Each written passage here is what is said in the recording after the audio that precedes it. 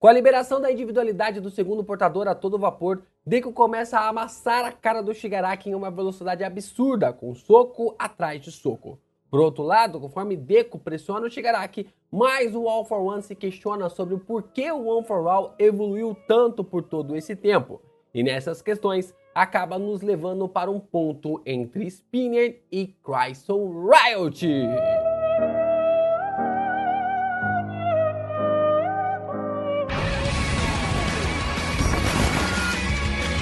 さらに向こうへブルースウルトラ Yo, Geeks, aqui é o LP e vocês estão no canal do Geek Brasil. Fiquem ligados porque esse vídeo contém spoilers do capítulo 369 de Boku no Hero. Sim, pessoal, hoje a gente vai conversar sobre o capítulo 369, que tem bastante porradaria, né? O Shigaraki apanha bastante, mas tem um final bem interessante, ligando definitivamente o Spinner ao Crimson Riot, né? Definitivamente, pelo menos até o Horikoshi quebrar essa teoria de uma vez por todas ou confirmar ela, né? Vamos aqui então, se você tá empolgado com esse vídeo, já deixa seu like, se inscreve aqui no canal, ajuda a gente a chegar à nossa meta de 100 mil inscritos e compartilha esse vídeo com seus amigos, porque tem muita coisa legal pra gente falar de Boku no Hero por aqui. Aí, vamos lá, né? O capítulo começa com um flashback do All For One segurando o segundo portador pelo pescoço e ele estava chorando. Muitos estão questionando essa cena, né? Eu vi muitas pessoas questionando ali por que o All For One estaria chorando ao ver o segundo portador, para matar ali o segundo portador. E eu cheguei à conclusão, né, minha opinião, até realmente o Horikoshi revelar mais detalhes sobre isso, ou se foi apenas uma situação poética ou coisa do tipo, mas na minha opinião ele está chorando porque ali o segundo portador roubou ali o Yote dele, né, acabou roubando, entre aspas, o Yote dele. Porque o All For One sempre acreditou que ele poderia criar um mundo de histórias em quadrinhos na qual ele poderia ser o maior vilão de todos os tempos, que ele poderia controlar o mundo como os vilões de quadrinhos, como ele cresceu ali lendo histórias dos vilões de quadrinhos, né? E ele sendo esse psicopata, né? Sendo essa pessoa na qual a gente observou durante todos esses capítulos de Boku no Hero. Ele é ali uma pessoa que acreditava que poderia criar esse mundo junto com o seu irmão. Ele queria liderar o mundo ao lado do seu irmão e vendo ali que o Yote foi pro lado do segundo portador e que o segundo portador também serviu ali ao All For One por algum tempo até conseguir se infiltrar dentro ali da base do vilão, levou ele a chorar, né? Então essa psicopatia do personagem levou ele a tal ponto, levou ele até essa situação, o que eu achei até mesmo um ponto de vista interessante, mas ao mesmo tempo não dá realmente para confirmar nada, apenas para ser um ponto de vista e uma perspectiva sobre os dois personagens. O segundo diz que a individualidade, né, que a sua individualidade era apenas capaz de controlar pequenos objetos, né, de acelerar ali pequenos objetos. E vemos ali o All For One esmagar uma bala que vinha ali em sua direção por detrás, sem nem usar as suas mãos, né? Então já demonstra como o poder do All For One naquela época era um absurdo, né? Como ele era ali um personagem extremamente apelão, na verdade como ele sempre foi um personagem extremamente apelão. O All For One diz que ele era um inseto irritante, né? O segundo portador era um inseto irritante com uma individualidade que não passava de um pequeno empecilho. Então ele não entende por que o Deku consegue usá-la dessa forma. E por que ele consegue ver os espectros do segundo e também do Yote atrás do garoto, né? Por que ele tem essa ligação tão forte ali com o próprio primeiro e também com o segundo portador do One For All, e a gente sabe que tem essas ligações entre irmãos e a família, por isso que ele está conseguindo ver ali essa individualidade, né? Está conseguindo ver ali a forma como o segundo e também o primeiro portador estão defendendo o Deku. A individualidade, como nós sabemos, e agora é capaz de controlar cada célula individualmente, né? Então, automaticamente ele podia controlar pequenos objetos, acelerar pequenos objetos. Agora ele pode controlar as moléculas, né? As células na qual o Deku pode tocar. Juntando isso com a força do One For All, dá-se então a origem a um poder que é capaz de alterar os fundamentos da base do mundo, né? O que pode fazer com que o Deku consiga dar mais poderes para os seus companheiros, como a gente falou, discutiu aqui no capítulo passado, e como essa individualidade, se tocar o Bakugou, o menino vai virar uma loucura. E isso completamente está ligado ao fato de que o All Might passou 40 anos com esse poder, né? 40 anos acumulando poderes nas outras individualidades para que o Deku pudesse utilizar essas habilidades, né? Porque ele acumulou os poderes por todo esse tempo que o Deku vai poder utilizar essas individualidades em seu potencial máximo. Assim, logo em seguida, o Deku acerta um Detroit Smash Quintuple. E nós vemos ali o uso da onomatopeia Smash nesse capítulo de uma forma incrível. Eu achei bem legal o jeito como o Horikoshi colocou o sobreposto de Smashes ali, dando ali uma ênfase, né, de que o Deku acertou ali no próprio Shigaraki 5 Smashes em menos de 1 segundo, né?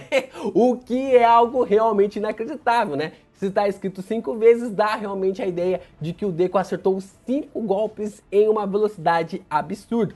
Deku tá voando pelo campo de batalha que nem uma bala, mas Tomura Alpha One percebe que os últimos golpes não foram tão fortes, né? Por mais que ele tomou 5 smashes, os 5 golpes ali não foram tão ali eficazes de uma forma equilibrada. Ele entende que talvez seja porque o Deku não tenha mais o Fadin acumulado. Ele se prepara então para interceptar o próximo golpe, mas Deku muda para a marcha 1 e fica mais lento. Ele acaba ficando mais lento ali para ter um contato, para ter uma situação, para poder pensar mais no jogo, para poder lutar contra o Shigaraki. O sensor de perigo ativa e Deku vê que Tomura Alpha One poderia acertá-lo. Então ele usa a cortina de fumaça, pula com o flutuar e puxa Tomura Alpha One para o alto com um chicote negro, né? Ele sempre está tentando agir de uma forma mais rápida e inteligente na batalha contra o Shigaraki. O Alpha One não tem chances ali contra o Deku. Ele então prepara o seu próprio golpe, carrega o Fadin que ele juntou e basicamente usa novamente o quintuple Detroit Smash. Ele está literalmente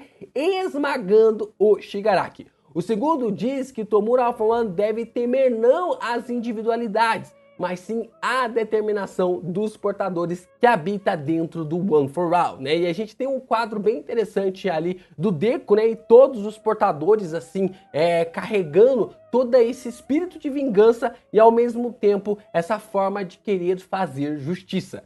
Deku se lembra ali de Banjo, dizendo que ele completaria o One for All e grita que vai acabar com isso de uma vez por todas, para que o All for One não machuque mais ninguém.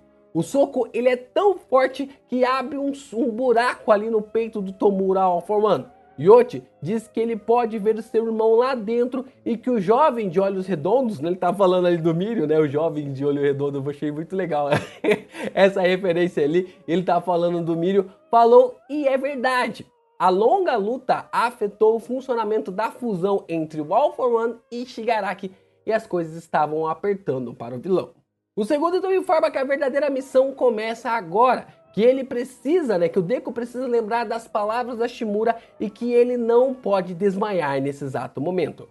All for One então começa um monólogo interno dizendo que é injusto tudo isso que está acontecendo com ele, porque ele ainda não possui nenhuma quirk, não possui nenhuma individualidade para mostrar ali como seu novo corpo é forte. Ele queria mostrar como seu novo corpo era invencível perante os heróis. O apagamento, a wave voadora, a divisão dos vilões, tudo agiu contra ele. E aí que o All for One grita, é nesse momento que o All for One grita, e aí a gente começa a perceber várias luzes aparecendo ao seu lado, bem parecido quando o Deku começou a conhecer a consciência do One for All. Que a gente teve o Shinso controlando o Deku naquela situação bem peculiar. Então, neste momento, a gente tem algo parecido, A gente naquela vez quando o Shinso controla, o Deku e tenta colocar ele para fora ali da arena, algo desperta o personagem antes dele sair ali da arena da batalha. E nesse momento a gente observa as mesmas luzes acontecendo ali com o All for One. O que isso quer dizer, a gente não faz a mínima ideia ainda.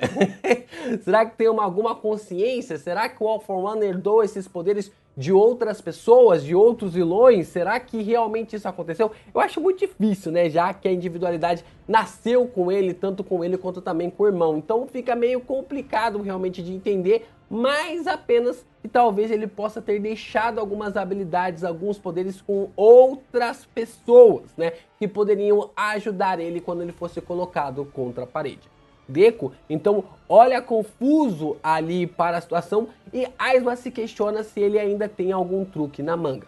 O All For One então finaliza ali o seu monólogo interno concordando com Yoshi, dizendo que todos os esforços do passado até hoje vão definir essa luta. Então ele ainda tem chances de vencer. Então corta para o Spinner de uma forma de repente, né? A gente consegue ver esse corte e que o Spinner está sentindo alguma coisa. Ele tá ali gigante e totalmente fora de si e parece que o grito do All For One chamou a sua atenção. Mas olha só, né? Isso já aconteceu em Boku no Hero. Isso já aconteceu em Jaku. Shigaraki chamou o Gigantomachia dessa mesma forma. Esse quadro final do Spinner realmente é basicamente mais um ponto para reforçar que Gigantomachia pode ser o Crimson Riot, né? A gente está com essa teoria realmente final de Boku no Hero, né? Uma das teorias finais que ainda resta ali na história, fora o pai do Deku, de que o Crimson Riot na verdade é o Gigantomachia. Ele foi transformado pelo All For One. E vendo ali a reação dos dois, que foram idênticas aos gritos ali do All For One, e mais uma vez a gente consegue perceber a loucura que vai ser se o Spinner correr para a Way. Lembram do Gigantomachia correndo ali em direção à situação para poder salvar o Shigaraki? Se ele chegasse ali, iria acabar com tudo. Se o Spinner realmente crescer ao ponto de ficar tão grande quanto o Gigantomachia, rapaz, vai ser um Deus nos acuda que vai ser muito louco. Vai dar aquela sensação de perigo novamente, que essa guerra pode ir para todo o zaralho, né? Que os heróis podem ir tudo para o zaralho e isso vai ser algo interessante. E observando essa construção do Spinner, podemos ver claramente que se trata de uma referência, ou que pode realmente se tratar de uma referência ligada a Crimson Riot. E assim, o capítulo termina com o editor perguntando sobre quem fez isso com o Spinner, chamando sua atenção para o grito do Shigaraki, né? Quem será que fez essa coisa com o Spinner? A gente vai saber nos próximos capítulos, mas é claro, né? Já tem cara, focinho e dedo do All For One de tudo aquilo que a gente pôde acompanhar nos últimos capítulos.